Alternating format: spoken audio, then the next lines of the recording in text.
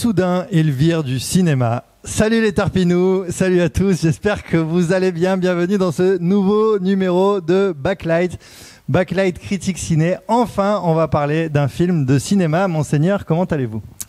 Bien, je vois que toi en tout cas ça va très bien puisque en tant que grand fan et même je dirais adepte, même je dirais esclave de Quentin Tarantino, tu as passé un bon moment au cinéma. Esclave sexuel même, tu crois ? Oui, je pense, on peut même aller jusque-là, oui.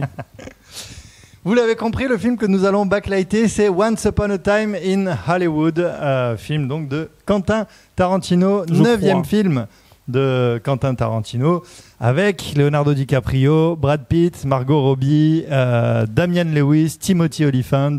Et avant-dernier film, tu crois, ou tout ça c'est du Zarma, quoi. Avant-dernier film, alors j'y crois, figure-toi, je pense qu'il va faire un 10e film.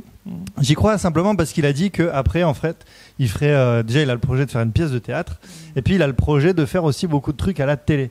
Et donc, comme c'est un petit peu la mode en ce moment. Et d'ailleurs, je pense que c'est pour ça que, que ce film-là parle beaucoup de télévision. Donc voilà.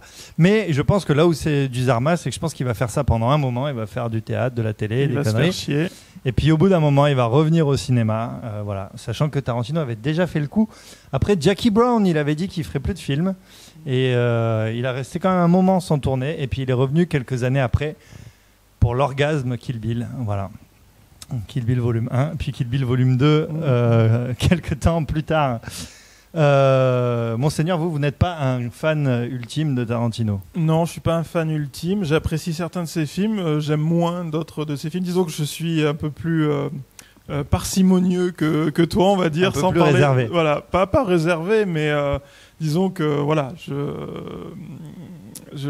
peux discerner autre chose que du génie quand je regarde un film de Tarantino. Voilà. Moi, j'essaye. Ce qui est plus compliqué pour ton cas. Voilà. Non, moi, j'essaye de discerner autre chose que du génie, mais bon, c'est comme ça. Alors, peut-être le pitch en quelques secondes. Oui. C'est un film qui est d'ailleurs à peu près pitchable. On peut dire que c'est un acteur et sa doublure. Ouais, voilà. Doublure cascade, en tout cas. Exactement, ouais, le stuntman. Parce que moi, je l'ai vu en VO, du coup. Ce qu'on peut dire. Enfin, en français, on dit une doublure cascade. Si oui, mais moi, en tout cas, en VO, c'est stuntman. C'est pour ça. C'est pour ça que j'avais pas le terme, si tu veux, dans la tête. Oui, voilà. Donc, on suit Leonardo DiCaprio, qui est comédien. Comédien de western, donc plutôt d'ailleurs de télévision, et qui a eu une série à succès, qui a arrêté de tourner cette série d'ailleurs pour faire du cinéma. Et ça a foiré. Et ça n'a pas marché, voilà. Et donc c'est le moment où il se rend compte qu'il est un peu has-been. Donc, et il se trimballe toujours donc son pote, joué par Brad Pitt, qui est donc sa doublure cascade. Plus que ça, même, on peut dire, dans sa vie. Oui, c'est son meilleur ami. C'est son homme de... C'est son chauffeur aussi. C'est son chauffeur. Enfin, voilà, il répare des trucs chez lui. Ouais. Enfin, bon, voilà, c'est vraiment... c'est presque sa femme, même. Exactement, voilà. Il fait un petit peu tout avec lui. Et puis, parallèlement à ça, on suit un petit peu Sharon Tate, qui était l'actrice... La femme de Roman Polanski à l'époque, donc en 69, juste avant les années 70. Oui. Et voilà, alors peut-être... Elle va au cinéma. Voilà, elle va au cinéma. Voilà, on va peut-être pas en dire beaucoup plus parce qu'on va rentrer dans le vif du sujet. Vous connaissez les backlights, vous connaissez les bails. On va pas tourner autour du pot pendant 3 heures. On va passer au top et au flop. Monseigneur, j'ai envie de vous entendre tout de suite sur votre top de ce film. Et de me rendre mon câble. Pardon, autant pour moi. Merci. J'ai essayé de créer des difficultés pour m'emmerder. Voilà, c'est ça, mais non. Alors mon top, ça va être compliqué. Alors c'est pour dire voilà, c'est du Tarantino, donc c'est toujours pareil. Ceux qui aiment Tarantino vont aimer ce film. Ceux qui détestent Tarantino vont vraiment détester ce film, je pense. Je pense aussi. Parce que même plus que les précédents, quoi. Parce qu'avec Django, par exemple, il y a pu avoir un public. Il y a eu une hype avec Django. Il y a une hype, mais les gens qui ont découvert Tarantino, enfin qui ont découvert, en tout cas qui ont apprécié Tarantino avec Django, ils ne vont cesser d'être déçus. Oui, déjà ils étaient très déçus avec avec les Cowboys dans la neige, quoi. Les 8 salopards en français, et voilà, parce que ça parlait en fait, et qu'ils s'attendaient à du Django. C'est ça.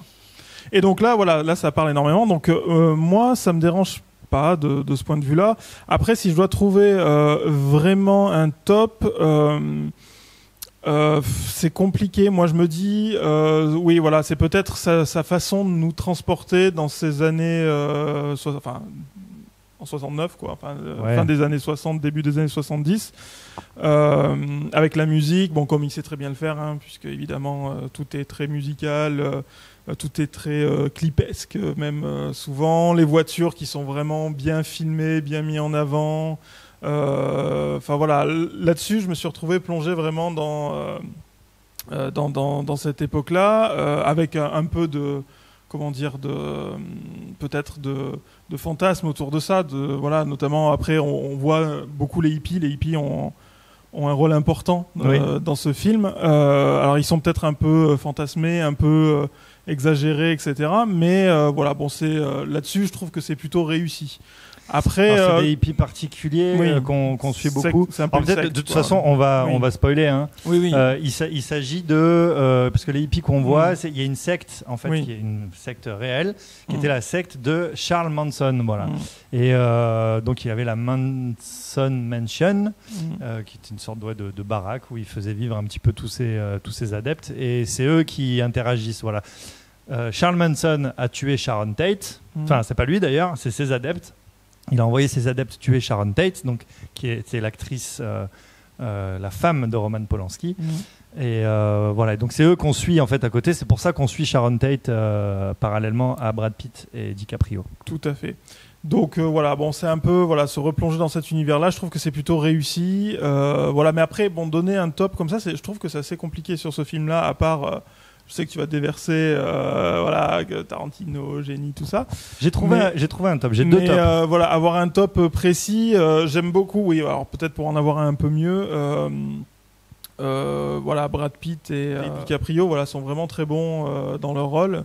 On voit que c'est vraiment des acteurs qui n'ont aucun problème à s'enlaidir, à vraiment jouer des personnages plus vieux, plus torturés, etc. Et ça, c'est plutôt cool. Voilà. Mais voilà, bon, ce sera ça à peu près pour mon top.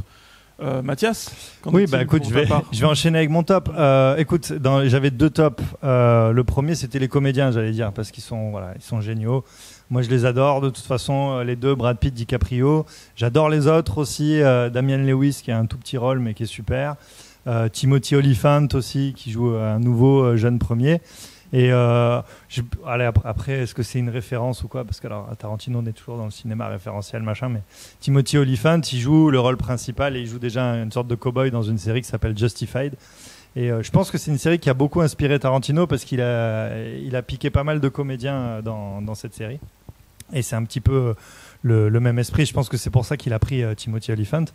Mon vrai top de ce film, c'est la réalisation. Alors, tu vas dire oui, parce que c'est Tarantino et tout, mais en fait, j'aime beaucoup la réalisation, elle est hyper simple, en fait. Et moi, c'est ça que j'aime chez Tarantino, c'est qu'il fait du cinéma avec les moyens du cinéma et les moyens hyper simples du cinéma. Et en fait, ce film, c'est quasiment, allez, je vais mentir en disant mais c'est beaucoup de travelling, voilà. Il utilise le travelling, voilà, travelling latéral, travelling d'avant en arrière, travelling de haut en bas, et c'est un petit peu la base de ce qui fait le cinéma, le travelling, pouvoir bouger une caméra comme ça sur un rail. Et voilà, moi je trouve ça génial que la réalisation soit si bien, nous transporte comme ça, sans utiliser, je sais pas, des caméras compliquées, sans utiliser des robots, des mouvements, des trucs. Bon, ça peut me plaire à l'occasion, hein, quand je vois ça dans un film, quand je vois des trucs totalement fous pour faire des mouvements de caméra compliqués, ça peut me plaire aussi, mais il utilise un rail de travelling et une grue, voilà, ce qui faisait le cinéma au final. Il y a quelques mouvements un peu complexes aussi quand même, hein. Il n'y a pas que... Il y en a quelques-uns, mais la plupart même ils sont. Ouais, mais ça c'est fait avec des grues. Mais voilà, mais tu parles de travelling, là c'est pas un travelling. Et c'est ce qui se faisait. Oui, mais c'est ce que j'ai dit, c'est du travelling et de la grue. Voilà, c'est pour ça que je disais ça. Et ces passages là par-dessus la maison et tout ça, il était une fois dans l'Ouest. Tu vois, c'est ce qu'on retrouvait dans ces westerns là. Donc voilà, avec les moyens simples et anciens du cinéma, il arrive à faire un film. Je trouve un super film où on se régale et où on n'a pas besoin de trop d'artifice. Voilà. Je sens que tu as très envie de donner ton flop. Non, j'ai pas un flop en particulier. Et du coup, on va t'écouter, Monseigneur, sur ton flop.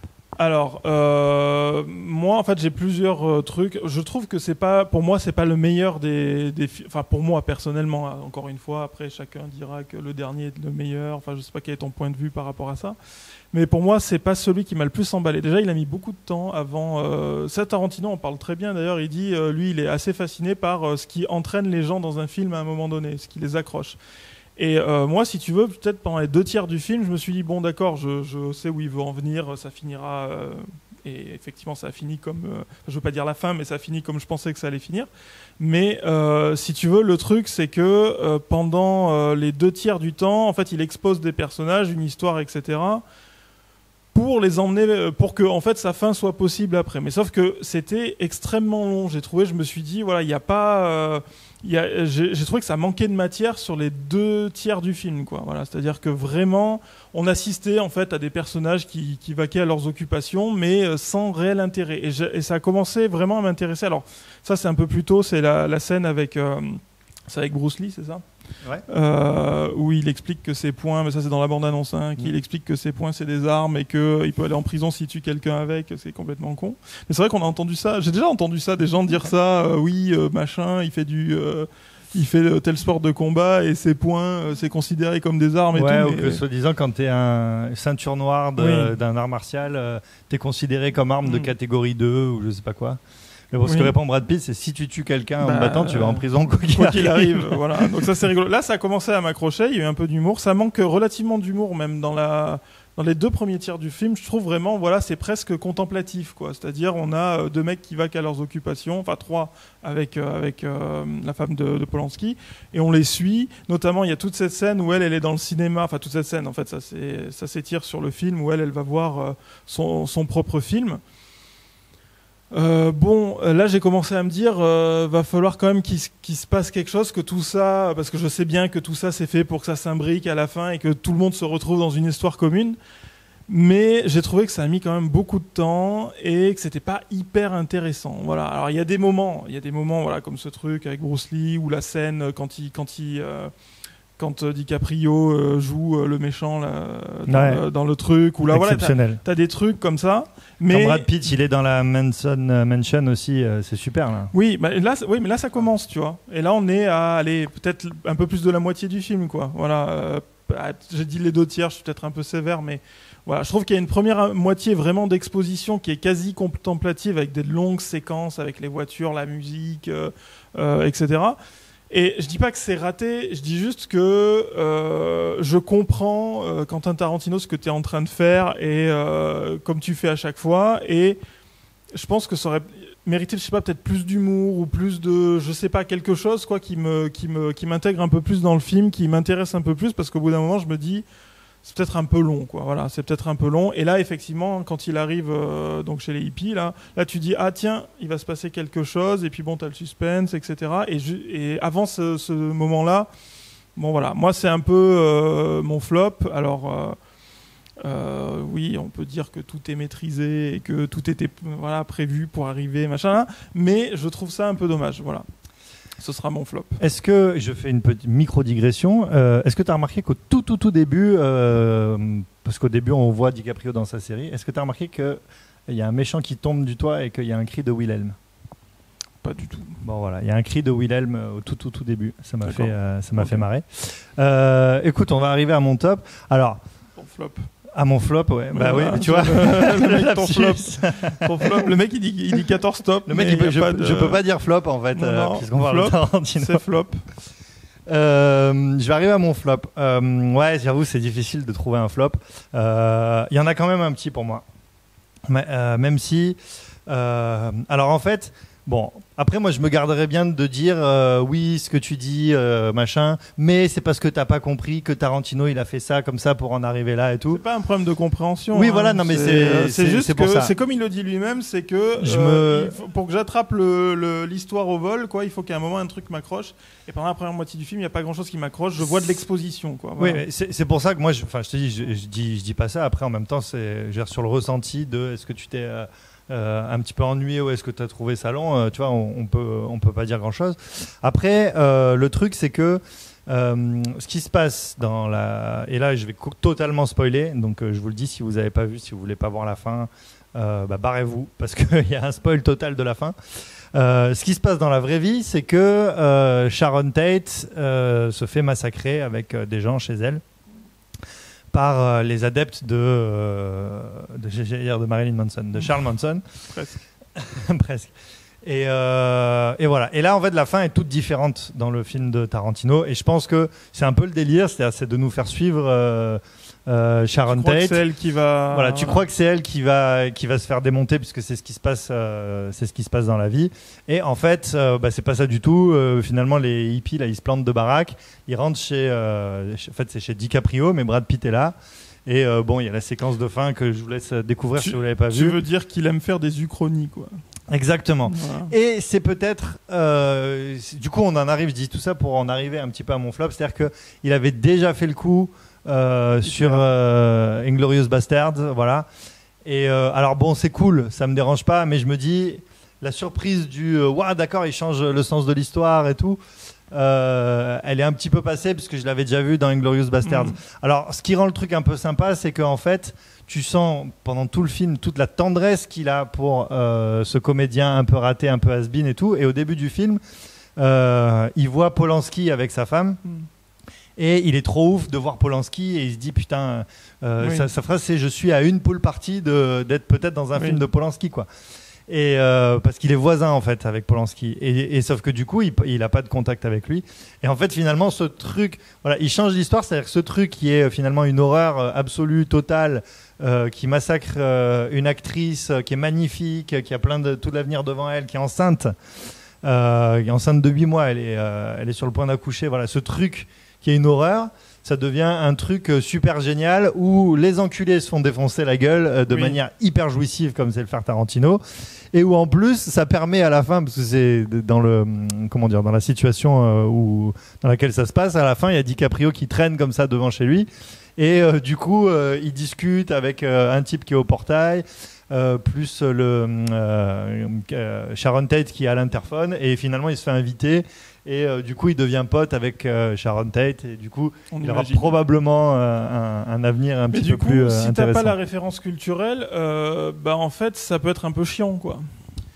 Parce que autant pour Hitler, ça fonctionnait, tu vois, parce que tout le monde sait que, tout le monde, j'imagine, beaucoup de gens le savent. Alors que là, c'est un tout petit peu plus pointu sur l'histoire, ce qui fait que finalement, si on oublie toutes les références culturelles que peuvent avoir les gens, ce qui va rester, c'est, comme je te disais, une meuf qui va au cinéma et on ne sait pas pourquoi on la suit autant, cette nana-là. Oui, alors après, ça c'est peut-être aussi parce qu'on est en France et qu'il faut bien comprendre que Charles Manson, c'est le meurtrier, et même alors, on l'appelle le serial killer, alors du coup, c'est pas un serial killer vu qu'il envoyait les gens tués à sa place, mais c'est le meurtrier le plus connu des États-Unis, quoi. C'est sûr. Voilà. On dit serial killer, tout le monde aux États-Unis pense Charles Manson. Y a des épisodes de South Park sur Charles Manson. Il a refait parler de lui en prison après. Enfin, peut-être que c'est moins universel malgré tout. Voilà, c'est moins universel parce que effectivement, c'est pas comme les nazis où tout le monde connaît. Mais aux États-Unis, l'histoire de Charles Manson et Sharon Tate, c'est une histoire hyper connue. Tout ça pour dire que ce final repose vachement sur le fait que tu t'attends à ce qu'elle meure et puis finalement non, quoi. Oui, voilà. bien sûr. Et que c'est un peu dommage, je trouve. Après, c'est un peu dommage.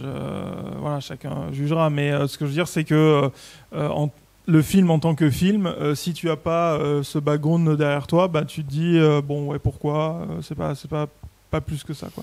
Après, si les gens ont pas de culture. Je m'en fous, je défendrai Tarantino jusqu'au bout. Et ce backlight entier est dédié à Hervé Berkane, voilà, qui va voir Avengers et qui se régale. J'ai l'impression d'avoir vu juste Quentin Tarantino enchaîner des séquences de trucs qui le font jouir, tu vois.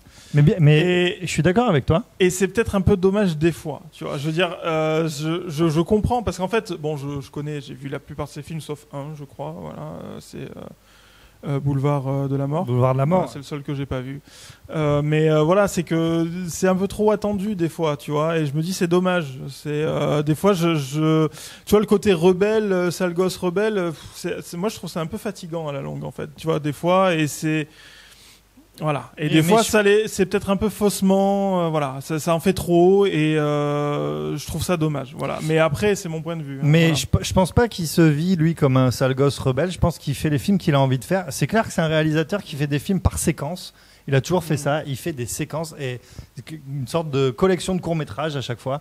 Même si ça raconte la même histoire, même si tout se rejoint et tout ça. Là, c'était pas trop. J'ai pas. Non, mais quand tu dis c'est ça, il réalise une suite de séquences qui le font jouir. C'est un petit peu ça. Et puis t'as la séquence du Bruce Lee, t'as la séquence du machin et tout. Oui, mais là, t'avais pas tout un délire de chapitrage. Non, c'est sur vrai. les autres. C'est vrai voilà. Pas... Là, c'était relativement linéaire, même s'il y a beaucoup de flashbacks. Mais il y a beaucoup de flashbacks. Ouais. Et c'est les flashbacks qui sont plus intéressants que les scènes dans lesquelles il y a les flashbacks, parce que tu vois, par exemple, la scène où il va changer une antenne sur le toit. Ouais.